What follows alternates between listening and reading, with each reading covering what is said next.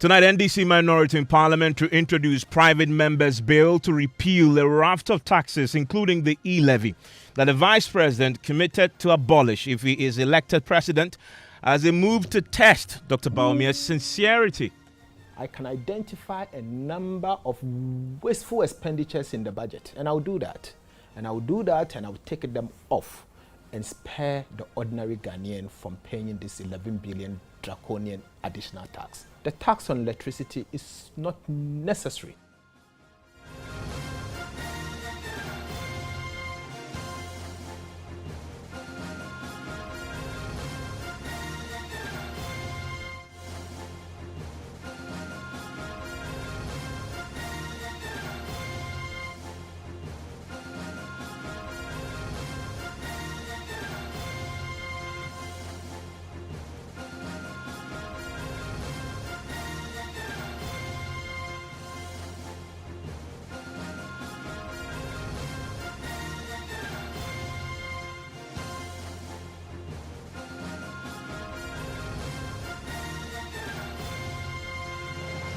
And Top Stories are always brought to you by Vodafone. It was a bold declaration from a sitting Vice President and Chairman of the Economic Management Team, Dr. Mahamudu Bawumia, to abolish a raft of taxes introduced by his government under his watch. The new policies that I am proposing to implement in 2025 will give us the fiscal space to eliminate some taxes, such as the proposed VAT on electricity, if they are still on the books, the emissions tax, and the betting tax, without compromising our fiscal deficit.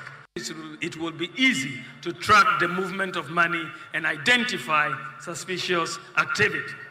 The e-city will quicken the pace of Ghana's move towards a cashless or near cashless society. Ladies and gentlemen, to move towards a cashless economy, however, we have to encourage the population to use electronic channels of payment. To accomplish this, under my administration, there will be no taxes on digital payments. The e-levy will therefore be abolished.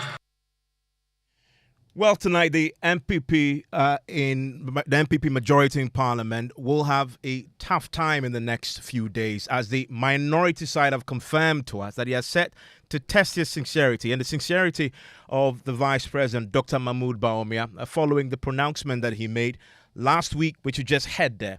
The minority are set now to present a private members' bill before the House in an attempt to repeal these same taxes that the Vice President says he wants to repeal next year, including the e-levy. Listen to Dr. Kekselata Foxing, who has been speaking to me exclusively in a yet-to-be-aired interview on PM Express, laying out the minority strategy. If you so desires and want this bill, this tax removed, you should do it now. He still to hasn't prove to the people of Ghana that the leader of the MPP, the governing MPP party, the party is not a government. Oh, the governing MPP party. The executive president takes. Let me tell you. The final decision. Let me tell you. He is not. He cannot hoodwink the people of Ghana on the back of his stories. We've heard enough. We've heard enough of this. And in the coming days, I'll tell you what we are going to do. We will get someone, probably to bring a private members bill to get these taxes removed, and see if the MPP will support it. Which of them? Let's list them. E-levy? A number of the taxes. Emission levy that we voted for. And some of the VAT. The betting tax and all of that. You remember, I had a show with you, your good self, myself, Kodu Oponkroma, and you hosted us. And you remember when I spoke about this betting issue. And I said that I don't think government's story that the youth are abusing it, so they should tax them, should be the basis of them imposing that tax. And I said that if the government, for some reason, believes that betting is destroying the youth, then the onus is on them to take a decision to scrap it. The tax on betting is something the NDC party does not support. And you say you're going to bring a private member's bill to try and... And so we should remove the tax on betting. and allow the betting industry and find better ways. If you want to regulate it But as such. I'm curious about this announcement you've made about your plan to have the bills repealed. Yes. I mean, because it's currently law, which has been implemented. Why now? Okay, so the vice president has signaled to us that they don't want these taxes. That's what he said. And we saw their MPs in favor of these taxes, in favor of the vice president position. We heard them. We saw some of them. So we want to test whether it is genuine. And so we'll bring the bill before Parliament, and we'll get them to vote for or vote against it, and we'll see how it works. But he says we'll do it next year. Why next year? Let me tell you, Evans, the people of Ghana cannot wait and go through this kind of excruciating hardships. We are suffering. I come from a rural community. My constituents are struggling. They are going through difficult times on the back of some of these taxes. Remove the betting tax now. Remove the emission levy now. Remove the e-levy now. Now, e-levy, even if you send 50 Ghana cedis, they will deduct it. Even if you transfer money from your own wallet to another wallet of yours, they will deduct it, contrary to what the law is saying. And all of this, the NDC minority in Parliament voted against it. Let me take you through some of them. Are you aware that they have now introduced 21.9% VAT on insurance? Which 21, is taking effect this month, so it has already started. 21.9% VAT on insurance, 5% VAT on the rental of commercial premises. So if you are going to rent store, normal store, for your kiosks, business. for a business, kiosks, containers, you are going to pay VAT on it, including kiosks.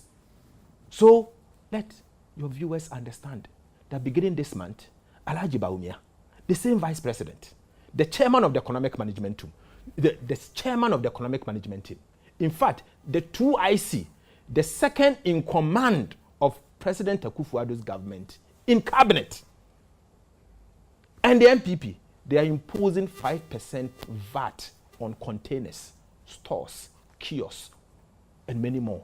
Any commercial premises. So your rent on commercial... I mean, this is for emissions. The for contractors emissions. will pay. Yes, they are going this to pay. levy Yes. as emissions tax. Exactly. That is protecting the environment. This tax is nuisance because they can't collect it. You cannot get this graders all over. You cannot get these compactors and concrete mixtures all over the country and get them. It's nuisance. You can't collect this tax. In fact, it will not pass the test of a good tax policy. Simply nuisance. Tomato processing factories, flour mills, oil palm processing factories, fruit processing factories, plastic processing factories, cement plant, sawmill industry, corn mill, Nika for them to help you get a condo. They are going to pay 100 Ghana cedis per emission. So the price of kenke can go up. The prices of kenke can go up. Nika, corn mill industry, and many other all manufacturing industries. As long as you emit in Wusie, you are paying 100 Ghana cedis per ton of wood. You've told us that you would be returning to Parliament with the bill in an attempt to repeal them. Will these be part of the taxes that you would? All the taxes that we have opposed, we will make an attempt to get a government to remove it. In fact, now that the vice president himself has come to confirm to us that they because don't emissions want levy is part of the what he said. He said. Yes, because we have already said on the floor. In fact, he's only copying what the NDC is saying. Because I have said on the floor, the hands that will bear me out, the next NDC government will remove this. I've said this. I am the first person who opposed so why don't you wait for your government to come? Why should we wait?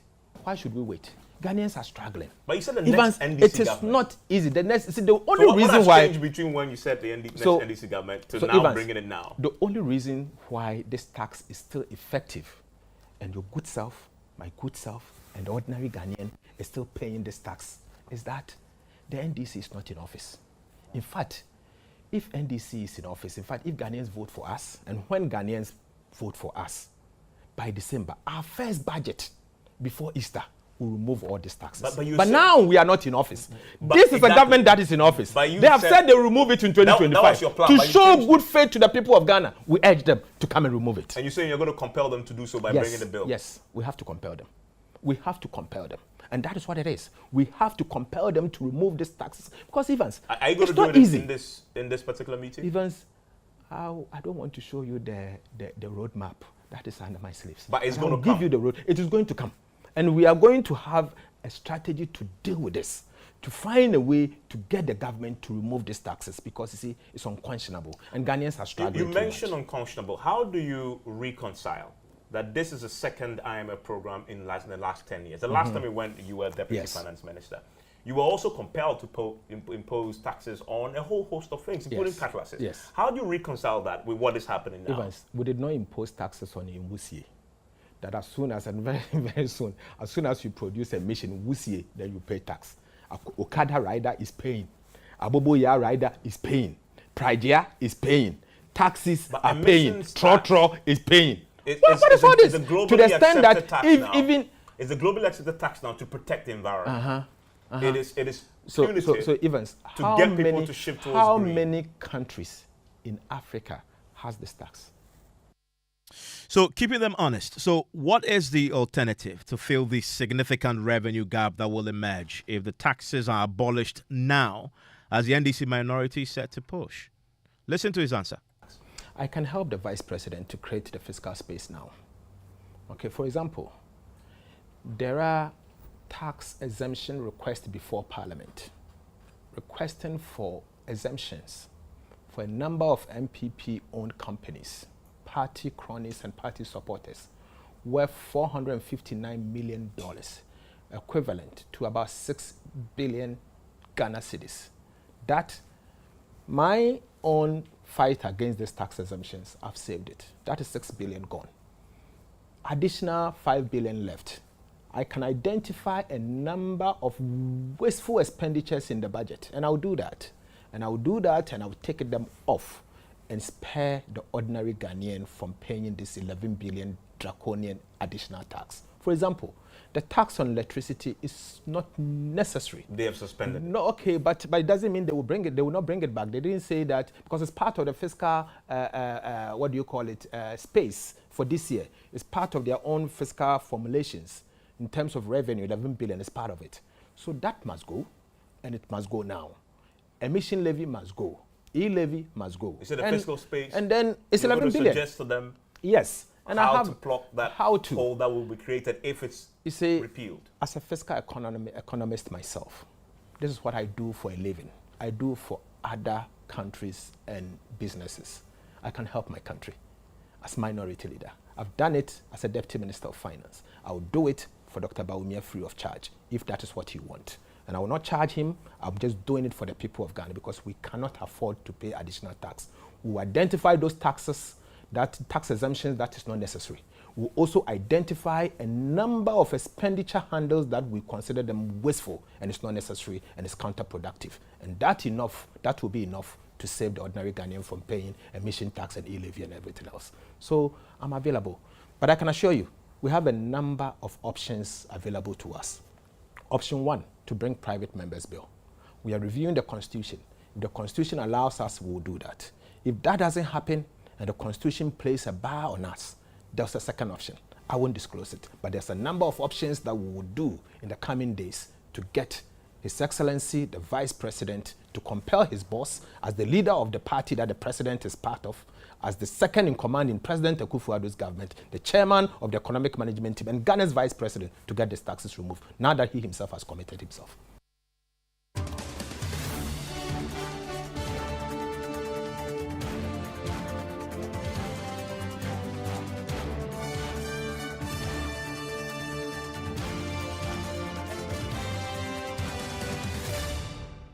So will majority MPs in Parliament support this bill, this private members bill to be initiated by the NDC minority in the House to repeal these taxes? Let's bring in Stephen Amwa. He's a Deputy Trade Minister, joins us on the line right now. Thank you, Stephen, for your time here on Top Story. It's a pleasure having me on your prestigious platform. Thank you. You heard the minority leader, will you back this private members bill when it comes to the floor? I don't think he's been able to convince me. I see more of politics in what my brother, Dr. Tuforson, is doing. And Evans, I have personally had a resolution, personal paradigm shift, which is this back and forth, always trying to recycle this practice for political capital for about 30 years, which has not aged well for the good people of this country and has not provided the needed results in terms of public utilities and satisfaction. I rather think these blame games when one is in government and the other in opposition, thwarting every policy so that the other one gets the chance to get a mandate of Ghanaians and rule this country. I think it is outmoded. We need to define a new paradigm shift as a country, a new corporate focus that will champion the good cause for the good people of this country. Evans, dealing with the economy, it's just like health situation. Right now, if you are not well, God forbid, and you go to a doctor, the doctor will diagnose you and prescribe the right solution and the medicines for you. The same way we have to handle our economy. And of course, my brother Tuforson is very intelligent if he's not actually embarking on intellectual dishonesty. Fiscal space consolidation. How much is it costing us as a country at present? What do we need to do? Is he very sure that all the things he's talking about are the things that can help us consolidate our fiscal space and grow in a very stable manner to avoid some of these challenges? The leader of your party, the vice president, who is your candidate, says he will abolish e-levy next year because he doesn't believe it helps the economy fundamentally. Now, the minority did he say because he doesn't believe? Well, he says that he believes in digitalization and digital inclusion, and e-levy does not allow that process to fully mature and enhance that space, and so he will abolish it. That, in essence, is his reasoning for abolishing it. Now, the minority's position is clear, that they're going to bring a private members bill to the House to allow you to repeal it now and not next year. The question is simple. Will you support it? I am saying that I'm not convinced to support it. But Evans, you're not convinced to support the repeal or abolition of the e-levy? Just clarity. The same e-levy that your flag bearer says we abolish next year. You're not convinced to abolish it this year? And over. It's not. Don't try to take me where I haven't said. You're talking about the private bill that the minority wants to bring, and I say I don't support that. Why are you taking me to vice president's statement? No, but please, it is don't do that. The private members bill. Did you call me to do this, or you allow me to speak? I am asking the question for clarity. But I've answered you that I'm not supporting the minority's position. You talked about the private members bill. The private members bill. I'm saying that I don't support what the minority they want to do. The vice president's statement is futuristic. Yes, but they say tax management is calibrated in nature. If you can allow me to use my expertise to explain, it will help us as a people. If you don't, that's fine. It's your platform. You can let me stop. It is a because question. You're asking me one question and you are jumping and tagging me to another person's statement. It is a simple question, Stephen. No, the simple question, Evans, I don't think you are clever than I am. I've answered your simple question. Unless you want your own answer, then you can give. The question, Stephen Amwa, is you refer to two things. One, the private members bill. But the private members bill has to do with the e-levy. The e-levy, which your leader says will abolish next year. And I'm asking a simple question. On the subject of the e-levy, if you have an opportunity to abolish it today, will you? I said no. Today, no. And the reason being that, let me explain. The reason being that tax policies are calibrated in nature. You remember that when Nana Danko Akufo-Addo took over the mandate of this country to rule as a leader or preside over the affairs of this country, he together either reduced or entirely took away tax items amounting to about 17. Between 2014 and 2017 or 2016, under the NDC government, the tax items they introduced or increased were amounting to about 26, including Kayayo and condom tax. Kayayo along the social stratification is even far below Aboboya and Co that my brother is talking about. I don't want to do these politics. But if you want to push me, then we can do proper comparative analysis and see who is doing the wrong thing. I want to take this expert approach that, yes, tax management is calibrated in nature. The vice president is looking at the fact that even today, whatever it is, the economy that really led to the disturbances of our fiscal space is now coming back to life. Most of the primary macro indicators are doing well. So part of his vision, he is saying that some of the taxes, he's going to deal away with them. This is his vision, and it's for next year. The minority people are saying that this year they want to come to Parliament with a private member's bill to get all these things dealt away with. I'm saying that I don't support them because they have not been able to convince me and Ghanaians how this is going to deal with the restoration and the consolidation of our economy that will lead to consolidation of our fiscal space, that will let us consolidate what the people need in terms of the utilities and the expected provisions from the government. And this is what we need to analyze. I think we need, quite a longer period to discuss this thing. But my brother, after forcing, is just doing politics and bringing different items just only because they want to come to power. But I can assure you that the vice president is not actually running away from the fact that we needed to introduce a lot of taxes to make sure that our fiscal space that have gotten disturbed because of the global supply chain disturbances and other things that we have to go through, impaired productivity. Government had to pay workers who are not attending. Private sector had to sack over 40,000 people. That we had revenue shortfalls of over 12 billion. That we needed to consolidate. We needed to restore, bring the economy back to life. We have to generate revenue domestically. These were the appropriate prescriptions that any prudent economic manager would have done. Mr. Amwa, the vice president is looking into the future. Mr. Amwa, and he thinks by then he could deal away with some of these things so that he will leverage the private sector approach. That is what he's trying to do. Okay, a simple question for me. Do you believe in the essence and importance of a cashless economy today? Come again? Do you believe in a cashless economy today and its benefits to the economy? Do you believe that we need that today?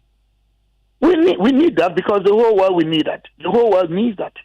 And now there's a global trend, and we are part of the globe. So we need a cashless economy today. Do you also? You mean cashless? Cashless economy. That it is essential today that we have that fully matured to benefit our economy. You believe that is important? Yeah, I believe it's very important. Second, do you also believe that for a population like ours, we need to encourage this population to use electronic channels of payment? 100%.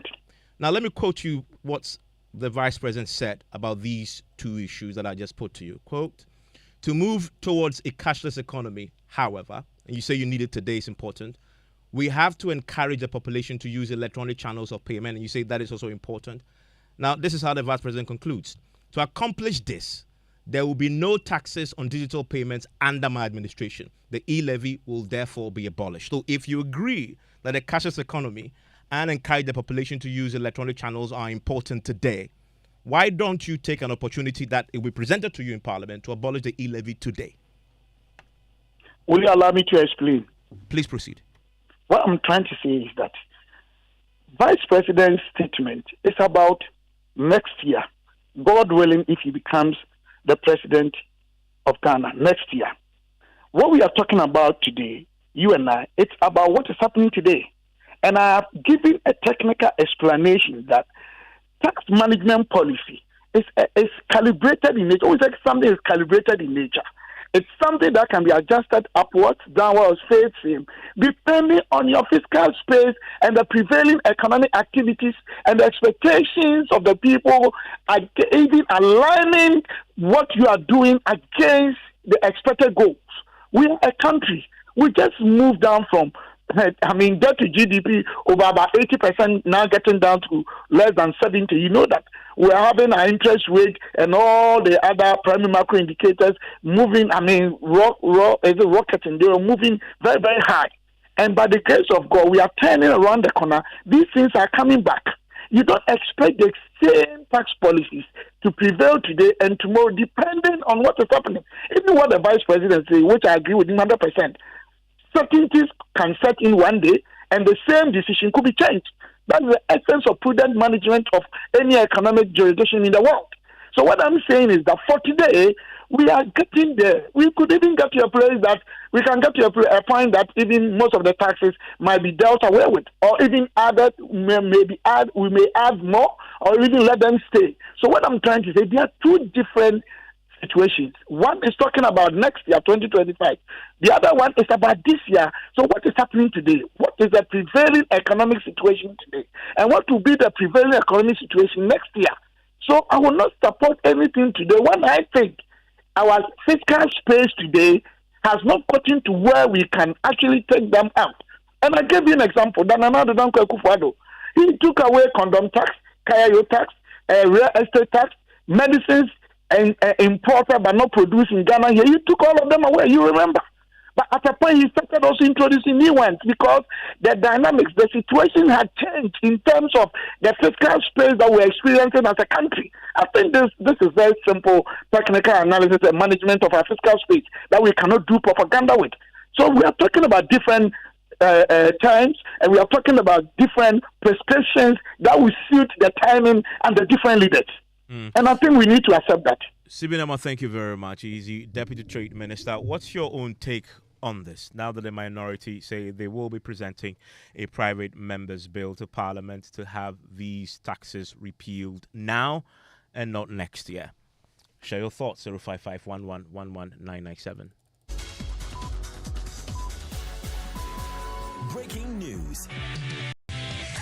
Vodafone Ghana is becoming Telecel. Stay tuned.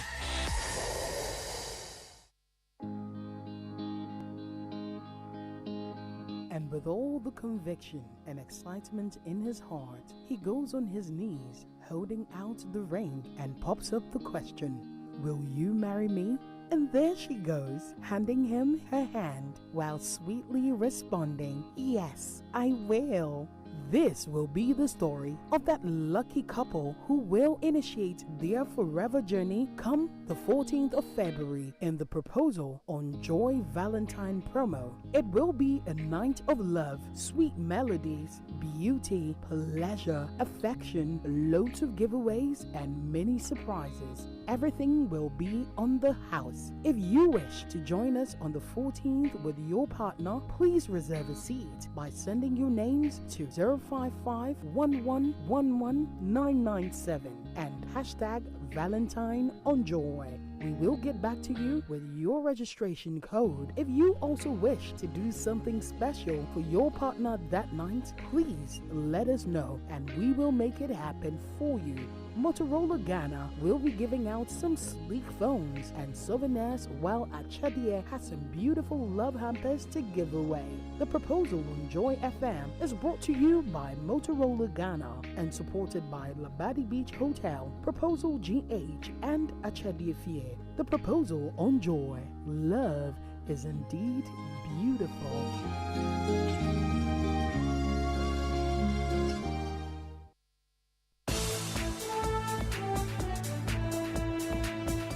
Good evening and welcome to Newsnight. Tonight, Asin North and Botiano Amount from MPs call a truce after an earlier showdown and near fisticuffs in the full glare of their colleagues during parliamentary proceedings over cash. Kennedy Japan followed the Botiano English amount from MP, tried to hold his head, turn him back. The Botiano English amount from MP will not back. The information we are picking is this has to do with some money between the two men. Kennedy Japan goes to him to ask for that amount of money, and Paiketa tells him that if he thinks he owes him, he should take him to court. This is something that infuriated Kennedy Japan so much that he nearly threw his hands.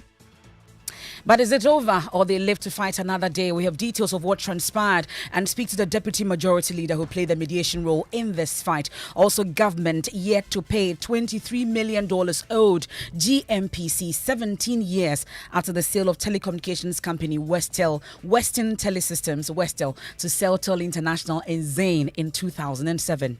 That arose as a result of the sale of Westel. So it's an old debtor to be standing in our books. We have details of the Parliamentary Accounts Committee sitting today, and MPs ask National Security and Water Resources Ministry to deploy water tankers to Tamale as the metropolis suffers acute water shortage, describing it as a humanitarian crisis. National security should take this matter as serious and then make sure that they provide water the water shortage in Tamale is a humanitarian crisis, government to consider declaring Tamale a water scarce zone. And if you are in Somanya and its environs, prepare to stock up on water as the Ghana Water Company plans to shut down one of its plants in Pong that serves the Krobo Somanya area for 2 days. We'll hear from the company. But management have been there with a team of engineers, including myself. We've been there the whole day to ascertain the preparations and to know what is happening. It's even possible that we'll finish ahead of time, except we're doing ourselves 48 hours, so that anyway, we'll be able to cover our work within time. And in business, Bank of Ghana increases dollar support for market as it explores other measures to help deal with the recent pressure on the Ghana cedi. And in sports, after $145 million, Boteman Sports Complex is ready to host the rest of Africa for the All Africa Games. And later we'll head to the coastal community of Halfasine in Jomoro district in the western region, where teenage girls are compelled to trade sex for fish in a bid to fend for themselves. So due to that, the girls are young, so the fishermen take advantage of the situation and have sex with them. Fish for sex is prevalent here. We have that and more in this afternoon in this edition of Newsnight here on Joy 99.7 FM. You can join us with your thoughts and comments. It's via WhatsApp 055-1111-997. I am Emefa Apawu. And my name is Mensah.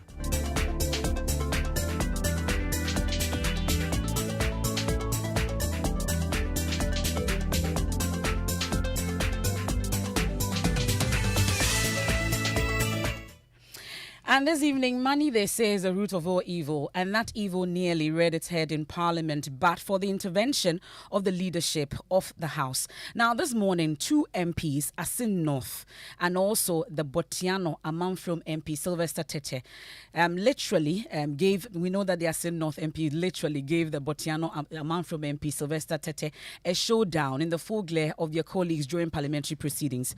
Well, did you say you missed it? Then listen to Parliamentary Affairs correspondent Kwekwa Sante's narration of the incident to me on the Midday News. It was only Alexander Fenyo-Martin that prevented the 2 MPs from trading blows, and they were visibly furious at each other, exchanging words.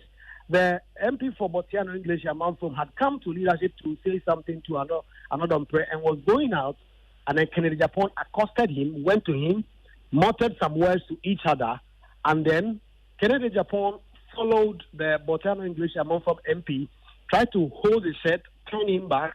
The Botiano English Amanfrom MP was not budge. He was still going out, and Kennedy Japan was still chasing him, literally exchanging words with him.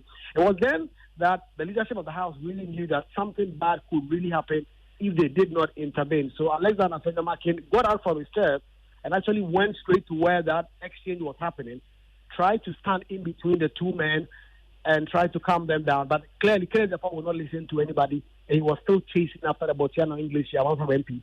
So the deputy majority leader decided that the best option was to walk out Tete and ensure that Kennedy Japan will become. Kennedy Japan later returned to his seat. He was spoken to by some senior MPs. He was still exchanging words. In fact, some of the words he was speaking were so loud we could hear it from the press gallery. But the Okaikwe Central MP tried to calm him down. Eventually, he calmed down, and he eventually left the chamber. The information we are picking is this has to do with some money between the 2 men, and that Tete will have to give Kennedy Japan some money. Kennedy Japan goes to him to ask for that amount of money, and Tete tells him that if he thinks he owes him, he should take him to court, and that this is not the avenue to come and ask him for the money. And this is something that infuriated Kennedy Japan so much that he nearly threw his hands, but for the intervention of the deputy majority leader. And I can just see Kennedy Japan's car right now. He has just taken his seat in his car and is going out of Parliament. I'm sure, as curious as you are, you must have been finding out how much money is involved here. Well, the source will not tell me the amount, but tells me that it's huge, and that for Kennedy Japan to go after that money and not want to let it go, don't want to let it slip, means that it's something huge.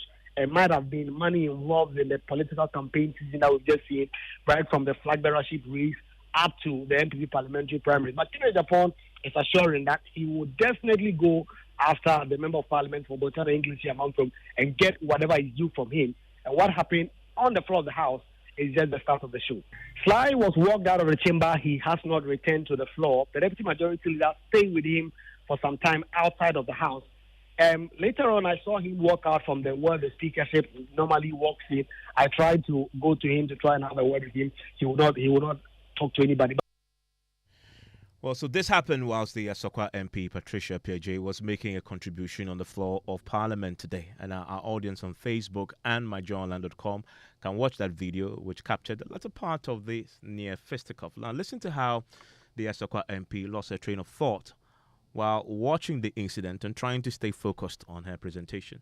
Compliment to the science and the lady who holds the science.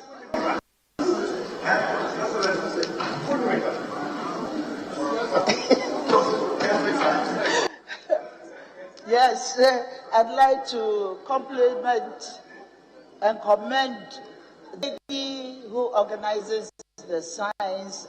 A number of science lecturers have been mentioned here as contributing towards the improvement of women in science.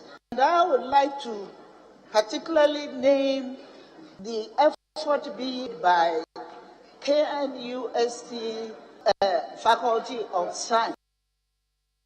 Well, so that's the Asokwa MP, Patricia Page, and you appreciate it better once you watch the video on our social media platforms and how this all unfolded. And Kweku also brought us what our cameras captured in terms of the latter part of this particular fisticuff, and it's been on our social media platforms. But let's bring in Kweku, because at the end of it all, there was a truce that was called, mediated on by the Deputy Majority Leader, Alexander Fenyomake. Now, Kweku, let's talk about, at the last time we spoke, you mentioned how the Kennedy Ohinie Japong had driven out of Parliament, and then the Amanfo MP had come back and all that.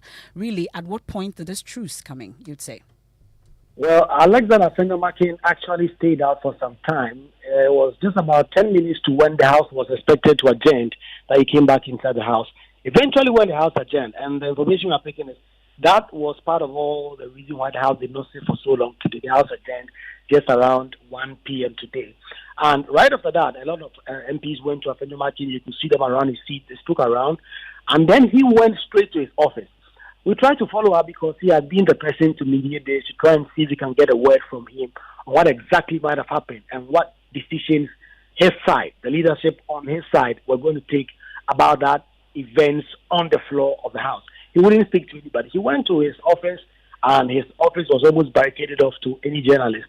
But later on, we were able to get some videos and pictures from inside when Sylvester Tete actually went in. Kennedy Japan also went in.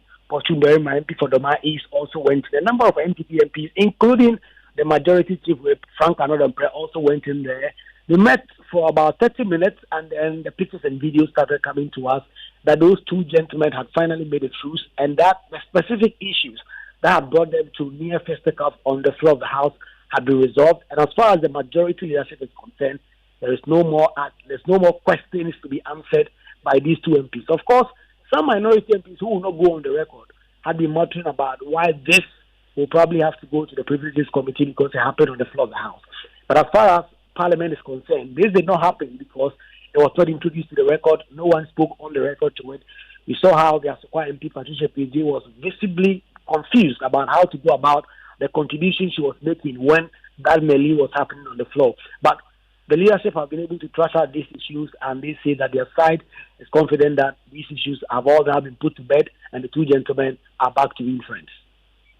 But really now, the issue is about the real issues behind this near fisticuff. Have we been able to ascertain what exactly happened? You've been talking about the issue about cash, amongst others. Definitely, we have been trying to ask questions of these two persons because they are the ones who will be able to tell us what exactly drove them into exchanging those words in the middle of Parliament. None of them is willing to speak to in fact, some of us have been advised that because of the tempest, if you go near one of the parties, he might be so angry he might throw you off. So we have not been able to approach some of them. But for those we have been able to get to, they are unwilling to speak to the record. And the majority leadership who are seized with the facts of the matter now say this is an internal House matter, and they are not willing to divulge. But the sources have been able to tell us this is all about money. It's about some debt that someone has to pay to Kennedy Japan, and someone retorting that the only way you get that amount of money from me is if you took me to court. But those are unofficial because the two persons who are the center of this, the two persons who exchange those words on the floor of the House, are not willing to go on the record. But the leadership say we should put that behind because they've been able to bring some truth between those two MPs. That's a parliamentary affairs correspondent, Kweku, and I know that you've been trying to get some reaction from Sylvester Tete and the others involved in this matter for some reactions as well. I bet it must have been difficult. Yeah, very much so. We have been trying. In fact, when this happened initially, I went close to Sylvester Tete to try and get some words from him. He would not speak to it. We understand that as part of making that truth, they've all been asked not to speak to the media or not. In fact, the leadership of the majority side were not even happy that that news had been carried by journalists in the House today. And so, as far as they are concerned, they do not want any further discussions of this, and they think this is just a distraction. The two MPs had a disagreement like any normal persons would, and the most important thing is that the two gentlemen have come around the table to resolve their differences. I have been asking some persons, this is clearly a disorderly conduct. This is something that can end up at the Privileges Committee. Normally, it will be the minority who will probably raise some issues to it and say that, listen, this happened on the floor of the House, it should not happen, and so the Speaker should probably make a referral. But as usual of Parliament and the mantra of sometimes protecting their own, not even MPs from the minority side who were on the floor at the time this was happening are willing to go on the record and speak to it. And the majority leadership have not seized the matter, placed the gas literally on their side, the members, asking no person to speak to the journalists, to journalists on these issues on the record, and they want to deal with this as an internal matter. That's a parliamentary affairs correspondent, Kweku Santian Evans. We know that this is not the first time this particular MP, there are still North MPs involved in such matters. We know about the Swansea MP, Mutaka Mumbarak incident, the Busumifrehu MP also, and then the latest, we've also seen Anod Dompre, the Nsawama Dweji MP's incident also with Kennedy Ohinie-Jepong. Then today, we're learning about Sylvester Tete as well. You're still live here on Newsnight on Joy 99.7 FM, and let's stay in Parliament, where we learned today that there is a water crisis in the northern regional capital, Tamale, that has left many schools and hospitals worse affected. Today, the members of Parliament asked Parliament to get the National Security and Minister for Works and Housing to deploy water tankers to Tamale, which we understand now is suffering acute water shortages. MP for Tamale South, Edrisu, who made an urgent statement on the floor of the House, explained that schools and hospitals have been worse hit in the Tamale metropolis and have not had water in some areas for months now. Now, he proposed declaring Tamale a water scarce zone, characterizing the situation as a humanitarian crisis demanding urgent government intervention. And the matter relates to an acute water shortage in Tamale, a crisis that affects the daily lives of our constituents in the greater Tamale metropolis and its environs. And the acute water shortage has gripped our city, leaving our beloved people parched and desperate. Mr. Speaker, that has occasioned some immense hardship and impacting negatively on every aspect of life in the Tamale city, whether from Buchatua, Kudula, through Lameshegu, through Sanaragu, through Kobrimagu, Kuku, or whether through Kotonle or Pansi or Sakasaka or Sogna Hill or Sabonjira, the problem remains the same. And our people are seen carrying what is popularly known as the Kufuor gallons in search for water. Mr. Speaker, many of the communities have not even seen pipe-borne water in the last few years. In some areas for 2 years, no pipe flowing. And many of the rural areas, such as Toto, Yapala, Zo, Nantonzo, Kapaile, have to rely on dam water in order to be able to access potable water. Mr. Speaker, almost all the Tamale water projects have suffered delays. I do know that government came in with some 272 million euro assurance that there will be further development on the Bywater International Limited water project, which was at Dalang, and to move it to Yapi, so that access could be expanded even to affect areas like Damangu. Mr. Speaker, Tamale is fast growing and is considered one of the fastest growing cities in West Africa and is becoming a major problem for many of us members of parliament in that particular area. Mr. Speaker, accordingly, I want to government to consider declaring Tamale a water scarce zone, allocate emergency resources to address the immediate needs of residents in the Tamale metropolis, and then deploy emergency water relief supply. Even if the Ghana Water Company can ration water around the community, it may alleviate the suffering of the people. Mr. Speaker, in conclusion, the water shortage in Tamale is a humanitarian crisis demanding urgent attention by government.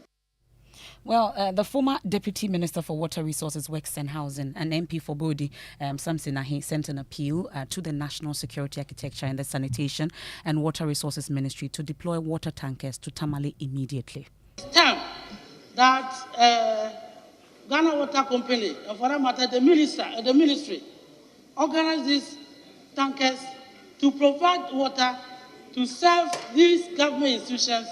For us, we look for lasting solution. I remember when we were in office, we were trying to, when we were in office, and then there was a water crisis in Winneba. Honorable Afeyo at that time went to our office, and we marshaled tankers to address his water crisis for him. Honorable Leader, today, your friend, Honorable Haruna, is facing the same problem. I wish that you will go back, you will correct what we did for you, and then call on government to do the same thing to support Honorable Haruna and his people. And we can go now live to Tamale, the northern regional capital. Let's bring in our regional correspondent who joins us now, Martina Bugri. Martina, how bad is the situation with the water supply? I would say it's very bad, especially for communities that are already dependent on rainfall water. Now, these communities have always relied on the dams, and so from October, November, December, these dams dry up, which makes it very difficult for them to get water. And so when you look at communities around the metropolis, these communities do not have water. Let's take like Tamale South, for instance. Even those around Kapayili, which is in the town itself, are not having water. So you can imagine communities who have to depend on dam water. And so for Tamale Metropolis itself, there's a huge problem when it comes to water. Most of the dams are currently dried up, and people are traveling over 10, 15 kilometers to look for water. Water tankers, which are selling between 400 Ghana cedis and 800 Ghana cedis, which is way expensive. Initially, a year or two ago, it was 120 Ghana cedis, which was manageable, but it's moved so fast. Currently, it's being sold at 400 Ghana cedis. And so people are unable to buy, they are unable to get water, and they are relying on very unwholesome water. And so I won't be surprised if we begin to record waterborne diseases in the municipality. And I believe you've been affected yourself. Yes, I bought a tanker, 400 Ghana cedis a week ago. And this is supposed to last to just about a month. And then you have to look for 400 Ghana cedis again to buy. If you can't, it means that you would have to look for unwholesome water. So you have drains, people are fetching from drains, and people are fetching from, say somebody has a well, and then they are selling out to people to buy so that they can have water. It is serious in towards the UDS area who already do not have water. This afternoon we're around the school campus, and you see people with water gallons around. They are buying from waterways and going there to sell. And so these are some of the issues when it comes to water situation in the northern region. And the rains are not coming in any moment. So between now and April, May, that the rain is going to come, people would indeed suffer when it comes to looking for water. And how long has this persisted? It has always been like that. Every year from October, November, we start having water crisis because the treatment plant is unable to supply enough. They say the city has outgrown the treatment plant, the machines are still. And so already they have their challenges, which makes it very difficult to have enough water. And so once the rain stops and people have to rely on the Dallon treatment plant for water, then the crisis begins. Martina, thank you very much. And if you are in that part of the northern region, we want to hear from you tonight. 055-11-11997. Share your personal stories with the water crisis that you're experiencing in the Tamale metropolis and other areas in the region. By the way, as this became an issue on the floor today, the Minister for Sanitation and Water Resources and her deputy were not available in Parliament for these comments. And we keep an eye on this. We'll try and get you some clarity from the Ghana Water Company what the problem really is. And meanwhile, if you live in Somanya and its environs, you need to brace yourself for water shortage as the Ghana Water Company Limited plans to shut down one of its plants in Gong that serves the Krobo Somanya area for the next 2 days. Well, the company says the move is to facilitate the installation of a new interconnection pipeline and foot valves at the Gong Water Treatment Plant. Well, let's bring in the Director of Communications of the Ghana Water Company Limited, Stanley Mate. Thank you so much for your time here tonight on Newsnight. Well, let's start from Tamale. What really is accounting for this acute water shortage being experienced in the area? Okay. It doesn't look like we have Stanley Mate joining us, but as and when we get him so that we can get some answers and the plan shut down as well. And like Evan says, if you have you're experiencing this acute water shortage, we used to experience it in the Ablekuma West area. Now has been resolved. That's your area? That's my area, and it's been when resolved was it resolved? now. Just about 2 weeks ago, and we started getting water, steady water supply, mostly in the evenings, but at least better than Tamale is experiencing. So as and when we get Stanley Mate, we'll get some answers from him. But maybe we'll go back to Parliament separately. There's been the Public Accounts Committee, and they've been sitting, and it has emerged at the Public Accounts Committee sitting today that government invested $12 million in setting up the controversial Ejapa mineral royalties in 2020. Well, the minerals trading vehicle, which was established as a special purpose vehicle for trading mineral resources, is on behalf of government, came under serious public criticism from civil society organizations who raised questions about transparency and viability of the venture, leading to its suspension. You remember the special prosecutor conducting a corruption investigation into it that then led to its death, many will say. It emerged at the Public Accounts Committee sitting today during the hearing of the Minerals Income and Investment Fund that $12 million was spent on consultancy, office space, and other initial preparatory activities. Now listen to the Chief Executive of the fund, Edward Nanaya Krante. IPO, and as honorable members are aware, for every IPO, consultants, extra come in. The establishment of an office in the United Kingdom and also in Ghana, etc., come into place. So there have been expenses. The whole idea was for MIF to be reimbursed after the IPO. But as the IPO is now suspended, until that suspension is lifted, we can't move on with Ejapa. How much have you spent so far in relation to Ejapa? I'll get the exact figure, but it should be should be around 12 million. 12 million? Yeah. Dollars? $12 million, right? $12 million.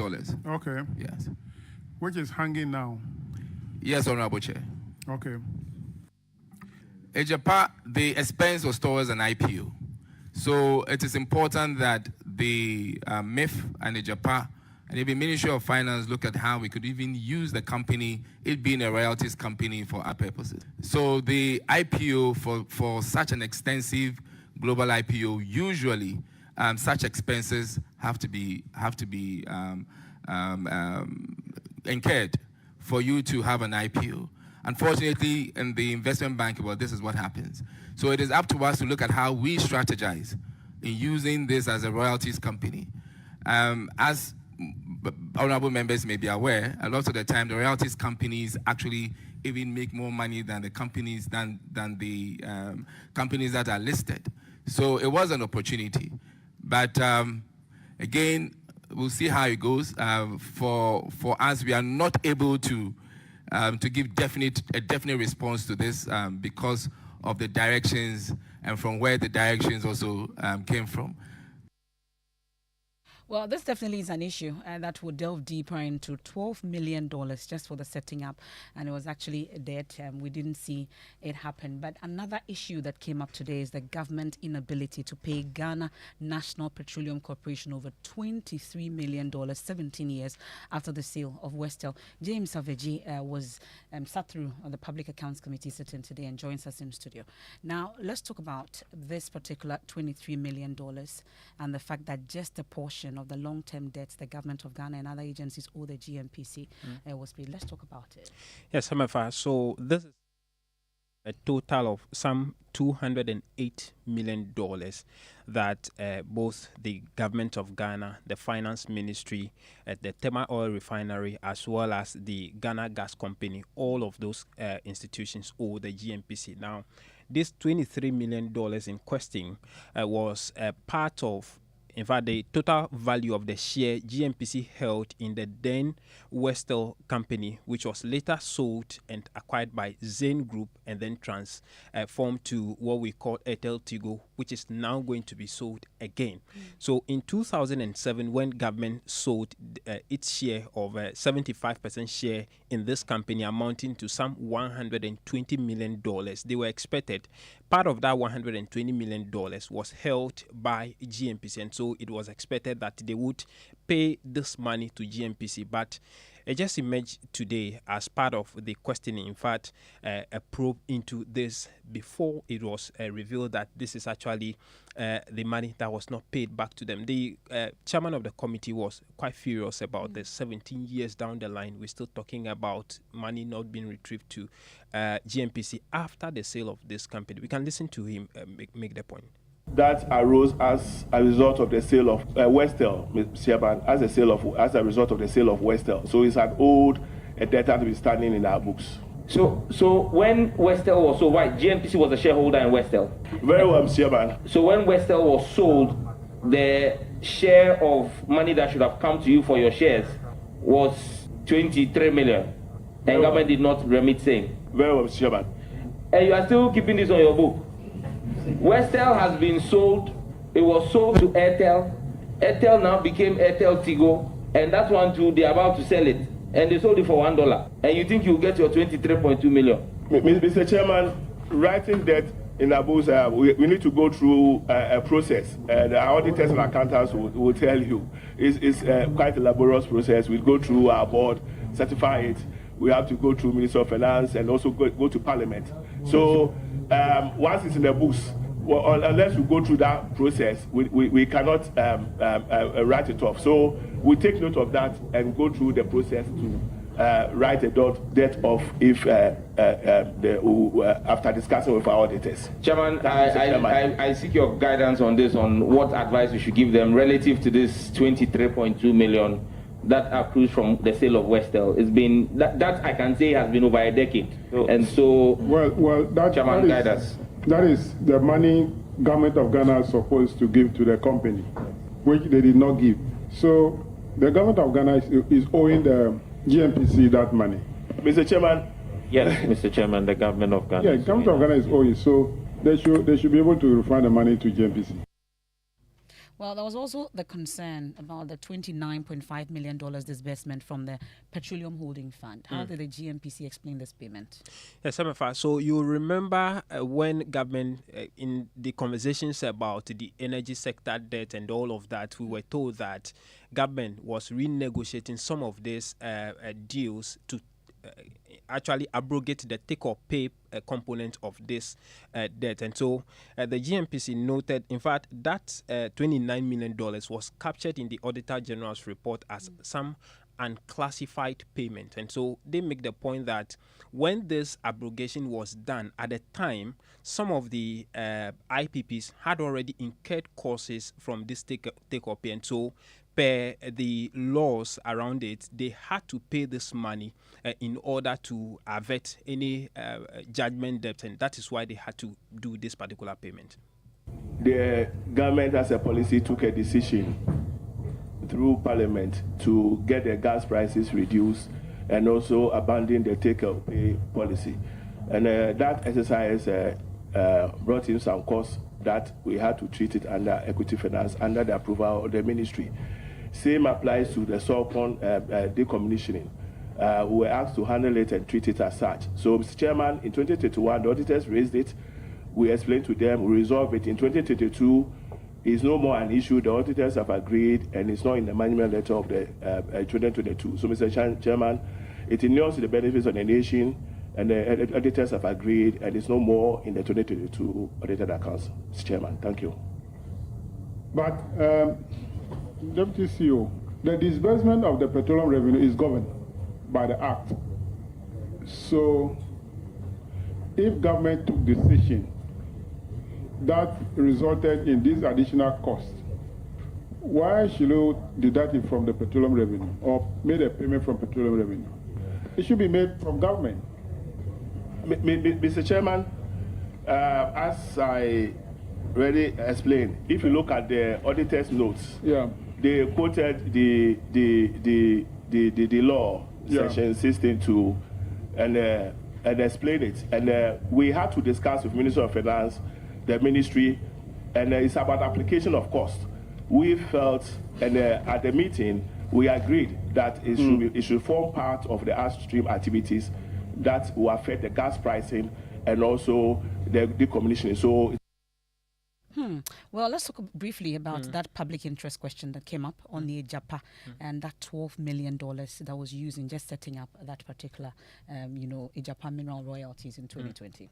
So, some bit of clarification came up on what exactly the money was used for. The consultancy we were told was led by one Imara consultancy with other consultancy groups as well. And then part of it also went into the setting up of office complex for the royalties, both locally and internationally. You remember that they would have to enlist on the UK Stock Exchange as well, and so they were setting up foreign offices as well. And so all of that is what they say went into the $12 million. But the chairman has asked that they provide the committee with a list of consultants who they have engaged in the process, as well as the actual expenditure, and also inquired what exactly led to the suspension of the deal. At the time, we were told that it was the president ordered that it was suspended, but even the Minerals Income Investment Fund itself do not have any particular reason why, because they say that, if the president gives a directive that he should suspend, you have no locus to question his directive. But the committee insists that they provide them with a reason, details on the reason as well. Okay, well, let's bring in the man who was really doing a lot of questioning around this particular public interest question on Ejapa. Ibrahim Mutala Mohammed joins us. He's a member of the Public Accounts Committee. I'm grateful for your time here on Newsnight. So, giving the breakdown that you heard from the Chief Executive of MIF, Edward Nanaya Okranting, we've talked about the fact that the $12 million was spent on consultancy, office space, and other initial preparations leading to the setup. You must have been convinced? Well, first and foremost, the $12 million didn't include the consultancy. My understanding is that the $12 million was spent for the purposes of establishing regional, if you like, offices in Ghana and some offices abroad. The idea of the consultancy came up when he said that they provided some expert advice and they got consultants who looked into the matter because they didn't have the entire capacity to be able to advise government on the matter. So that was when the issue of consultancy came up. But I wanted to know who were the consultants or the experts' advice they got. So I think that my understanding with regards to the response that the $12 million never included the consultancy. So there might have been some amount of money paid for the purposes of consultancy. So aside the 12 million, so from your understanding in terms of the questioning and the responses that you got, they must have spent much more than the $12 million. Much more than the $12 million. In fact, the $12 million was specifically when the chairman asked how much they spent in establishing the fund. And he said that they spent about $12 million, and he went ahead to talk about offices they needed to have and some offices in the United Kingdom. Now, I then wanted to know, based on earlier response he gave, when he said that they engaged experts experts who advised them for the purposes of establishing the Ajapa, fund. That was when he said that they had some consultants and mentioned Amara and others. So the chairman then demanded that they provide the committee with the list of the consultants or the experts advice they sought for which reason this was established. But you see, what was telling about this is that the idea of the Ajapa fund came from the Ministry of Finance. The Mineral Income Investment Fund was never involved. So when I wanted to find out whether before the president took the decision to ask them to halt the Ajapa fund, whether they were consulted, because mind you, they are the implementers of the fund, and the technical men who worked on every document of the fund was technical men from the Mineral Income Investment Fund. I was shocked to hear that the president never communicated to them officially. The president, even though has executive powers, but those powers must not be used arbitrarily. More so when $12 million, that is over 100 million Ghana cedis, already sunk into something that we cannot tell what happened. Now, we also wanted to find out whether the president gave reasons. At least, if he didn't give reasons to the people of this country, he would have given reasons today. The MIF people who worked on the technicalities, the documents and everything. And his response is that they were not given any reason. We also wanted to find out whether there was official communication. Haven't directed, at least there should have been official communication to them. They don't have any official communication. They only said that there was only one communication between the presidency and the Ministry of Justice and Attorney General. And for me, that was extremely shocking. So the $12 million was just for the establishment of offices. Amount of money spent on consultancy, we are yet to know. It may be more than the $12 million.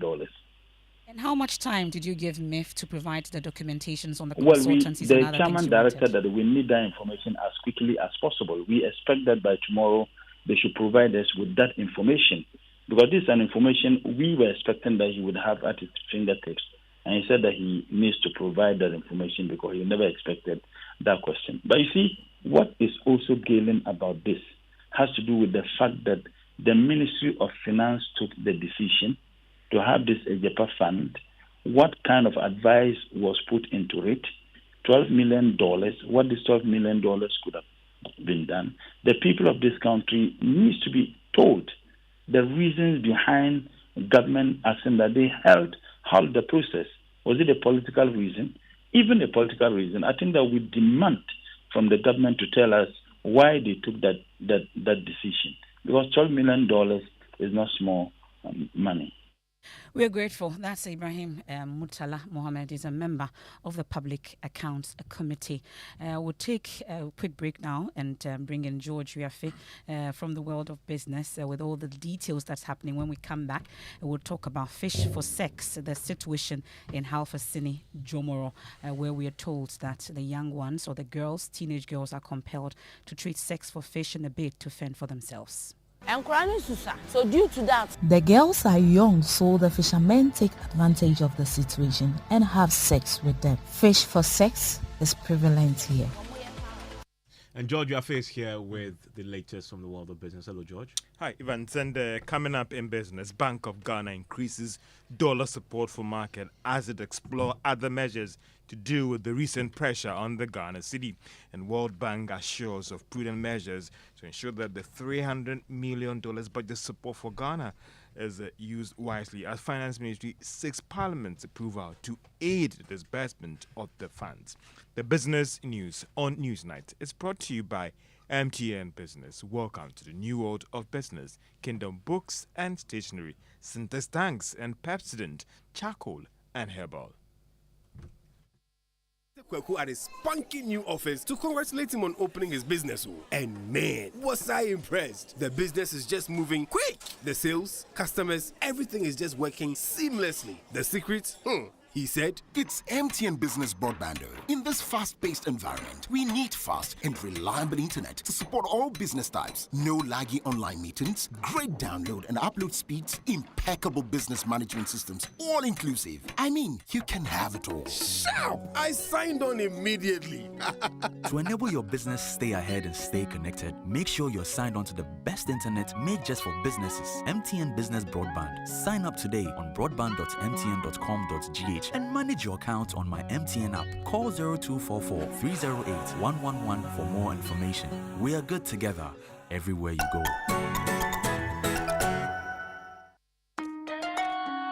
Son, we are so proud of you for setting up this hospital. I really love those hospital beds and waiting chairs. By the way, did you import them? No, Dad, I didn't. I actually got them from Kingdom Books and Stationery right here in Ghana. Wow. We also bought our office supplies, safes, executive desks and chairs from Kingdom, and they gave us expert advice on how to set up our office. Guys, that makes 3 of us. I also got our sofa and bedroom sets, plus our dining hall furniture for our new home from Kingdom. Wow, Mom, that makes 4 of us. I usually get my stationery items from Kingdom, and my teacher also mentioned that our classroom furniture was provided by Kingdom. So there you have it. Whenever you're thinking about setting up an office or acquiring furniture for your home, etc., Kingdom Books and Stationery should be your first point of call. With over 40 years experience in the industry, we stock and supply a wide variety of globally sourced office and home furniture, stationery and equipment. Visit our head office, Osu Akwaje, or our office near the Osu Stadium. We're also in Tema Community 1, opposite Olam SHS, Kumasi KNUST campus, UCC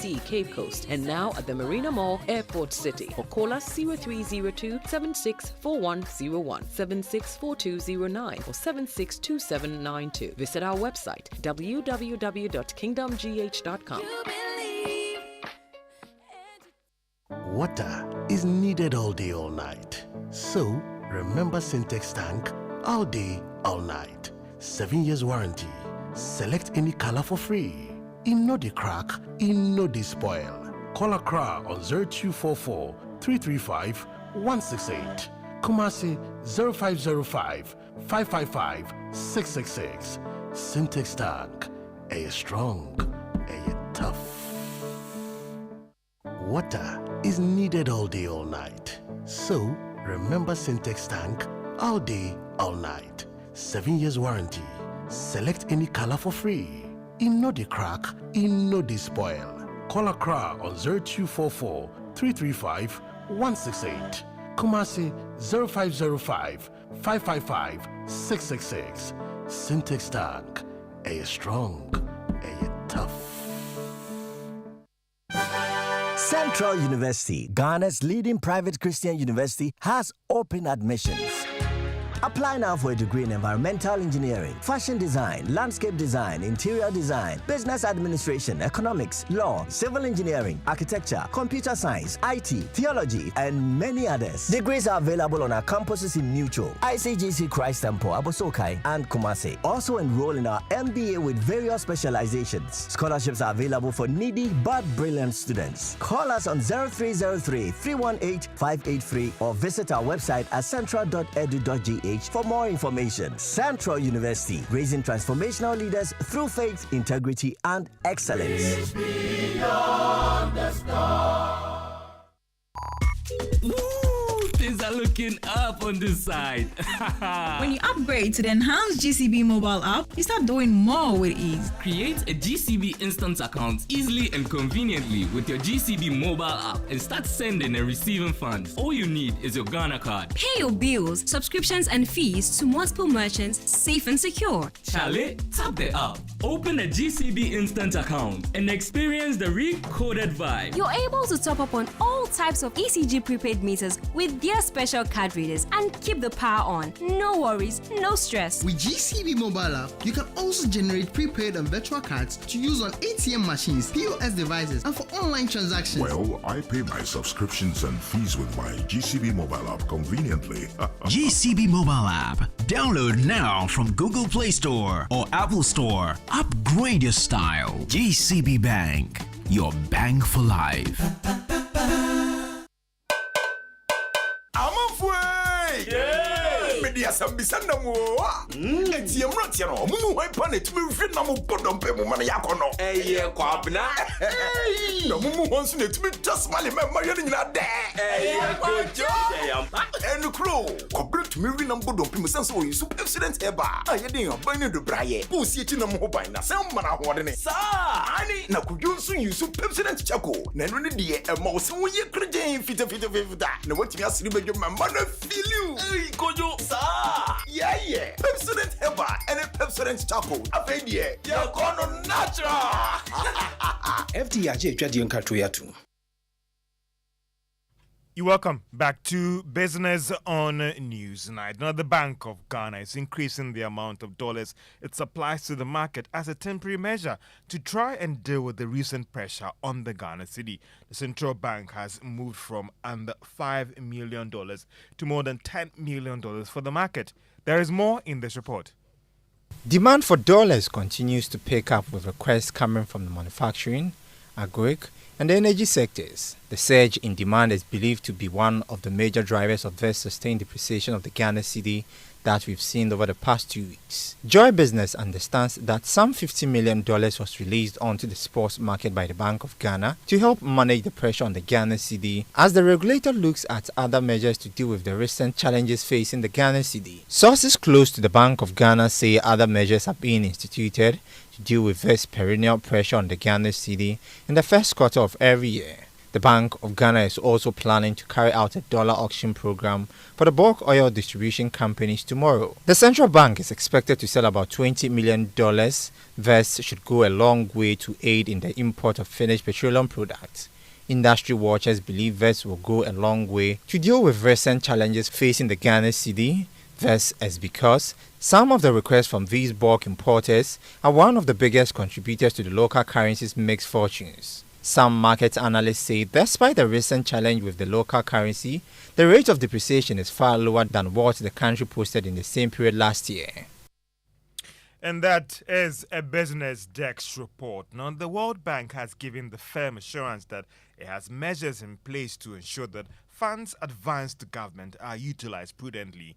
The assurance is coming as the Finance Ministry is working to secure Parliament's approval for the $300 million budget support for the country that is yet to be disbursed despite the approval last month.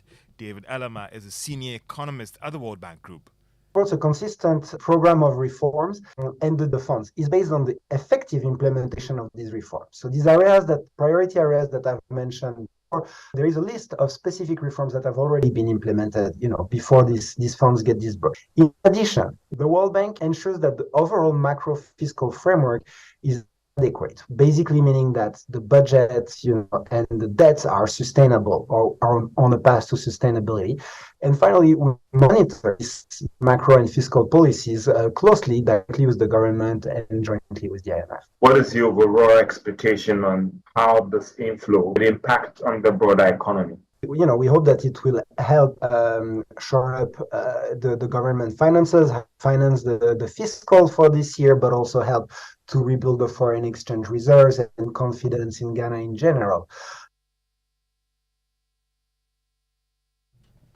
And David Elama is an economist at the World Bank Group. The bank last month approved some $300 million for Ghana to help fast-track the recovery of the economy. Now, the registrar of companies, Madam Jima Mowari, has indicated that she is still awaiting court liquidation orders to aid the payment of bailout package to customers of defunct financial institutions. Now, some clients of these institutions, like Blackfield Capital, is yet to receive the full payment for their investment and deposit. Now, this is due to legal tussle by the owners of these institutions trying to stall the process. The registrar says that little has been done unless the court is able to get the processes finalized. I must say that we have settled many of these fund management companies. The two outstanding companies are Black Shield and Crown Capital. And those are currently before the courts. We are seeking for a liquidation order. Once the order is granted, then they would all fall part of the bailout package that government put in place for such firms. And then we'll be able to pay the investors their monies. Registrar of Companies, Madam Jemima Owari. Now, economist Professor Peter Korte is pushing for non-essential expenditure cuts to help deal with the revenue mobilization challenges. There are predictions that government will struggle to raise the required revenue this year over difficulties in rolling out some of the taxes. Now, Professor Peter Korte says that there is still a way around this thing to help deal with the challenge. We all agree government needs to raise revenue because we need to show up our revenue GDP ratio. But let's not continue to overburden the already burdened taxpayer. There are other options by which you can raise revenue. Make the existing tax handles more efficient. You also have non-tax revenue. There are state-owned enterprises that are supposed to provide declared dividends for government. Some are not efficient and they are rather making losses and drawing on the kitty. So these are all things that one has to look into. And of course, government also cutting down its expenditure, looking at some areas where it needs to have value for money. Some of these things you need to engage. Apart from engaging, Professor Peter Korte is an economist. Now, some players in the hospitality industry say they are yet to feel the impact of the Valentine's Day celebrations on bookings and sales. Now, the day which falls tomorrow should by now see some of these hotels record some bookings as well as some good sales. Dr. Akanyamika is president of the Ghana Hoteliers Association. Traditionally, the Valentine's Day is one of the biggest times after Christmas and of course the Easter period as well.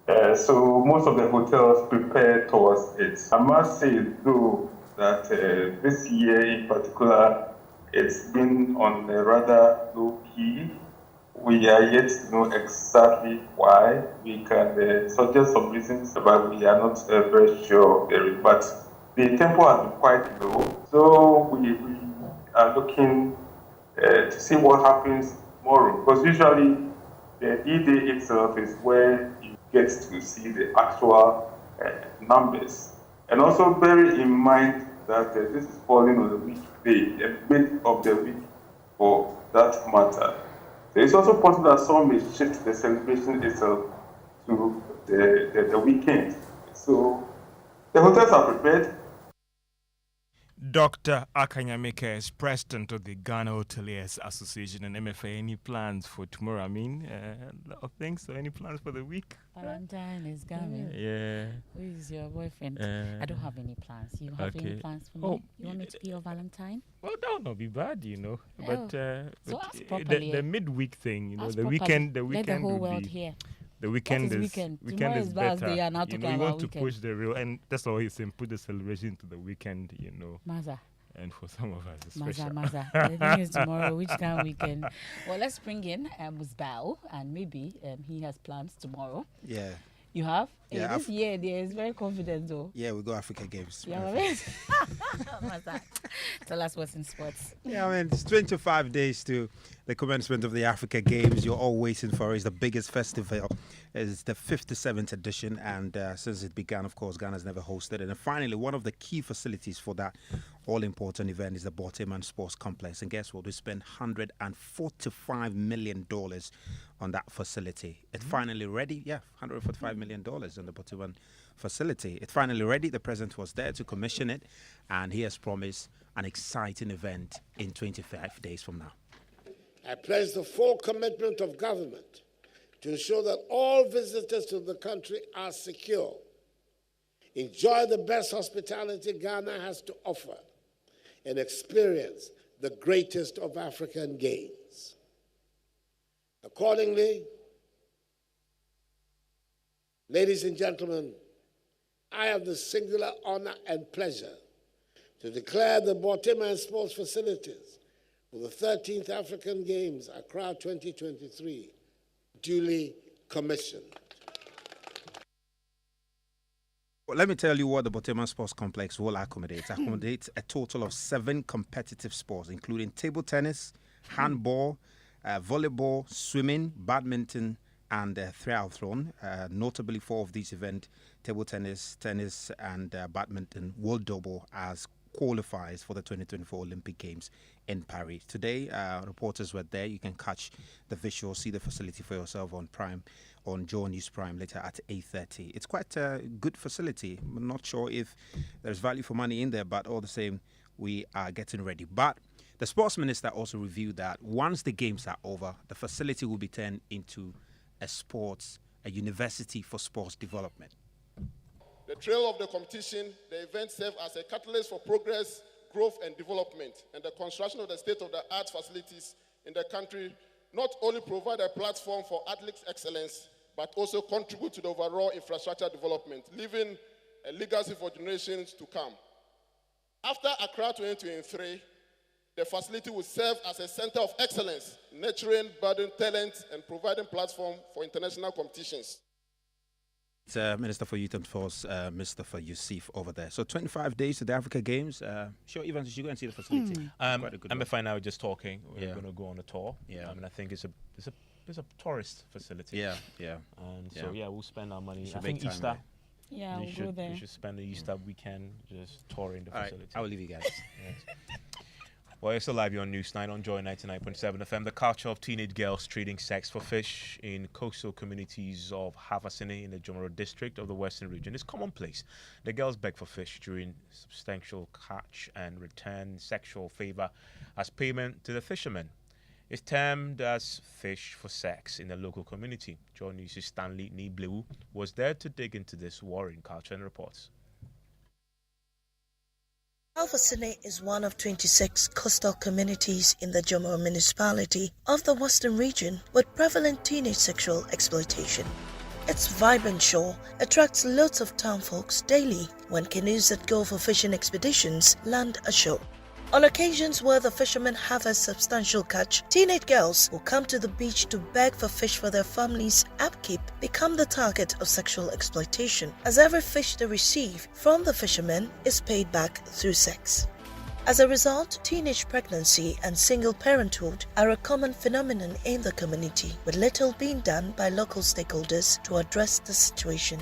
The practice is termed by indigenes as fish for sex, and this is confirmed by the Deputy Manager of the Jomoro Fisheries Commission, Irene Obeng. So due to that, a man manufactures advantage, then we sleep with you. The girls are young, so the fishermen take advantage of the situation and have sex with them. Fish for sex is prevalent here. The barter sex trade is fueled largely by poverty and parental neglect. Semenya Maxwell, a fisherman with more than a decade fishing experience, opens up on the level of exploitation. With the fish aspect, everybody will be struggling for the fish. So if you can assess the one who is there and he's also giving you, and he also asks something, that means you also give. So to be give and take, give you fish, give me sex, barter system in that way. According to Maxwell, married women committing infidelity for favors of fish gifts also exist in the community. At the Anlo line, a set of fishermen have returned from a fishing expedition and are pulling their catch ashore. Atra, a 17-year-old single parent and a victim of sexual exploitation, is among people who have come to the landing beach. She explains what she uses the fish she receives from the men for. He has been bringing the fish home when we started dating. I sell some and use the rest to prepare dish for the family. And that's Stanley Nibleu's report, Fish for Sex. And you can catch the full feature on Joy News channel, on Joy Prime, and all our social media platforms as well. And what a way to cut that. And Evans Mensah, calm down on that. Let's go. And in politics, this I'm sure would bring back your mood and everything. Togbe Afede won't reject running mate's position if offered by Mahama. And that's a statement from Asogli State in the lead up to the running mate saga. And we'll see how it goes. So the traditional authority endorses him to go ahead and be... They say they won't reject it. And get that position. Mm-hmm. If he's offered, they won't reject it. They will allow him to take it. Okay. Guess who's up next? Tell me. It's Valentine's Day tomorrow. Yeah. Are you getting ready for it? Good evening. So now choose among the two of us. Who will be your To my left? To my left or to my right? So which one are you choosing? Both. Hey. That's a smart way. Well, Peps, what are we talking about? Today it is Love Tech. Because tomorrow is Valentine's Day. So we are looking at geeky ways to spice up your Valentine's Day, and you just want to stick Give with an example. us, please stick with us and hear what's going to happen. This one I'll stay for. Yes, you have to. Stay with them.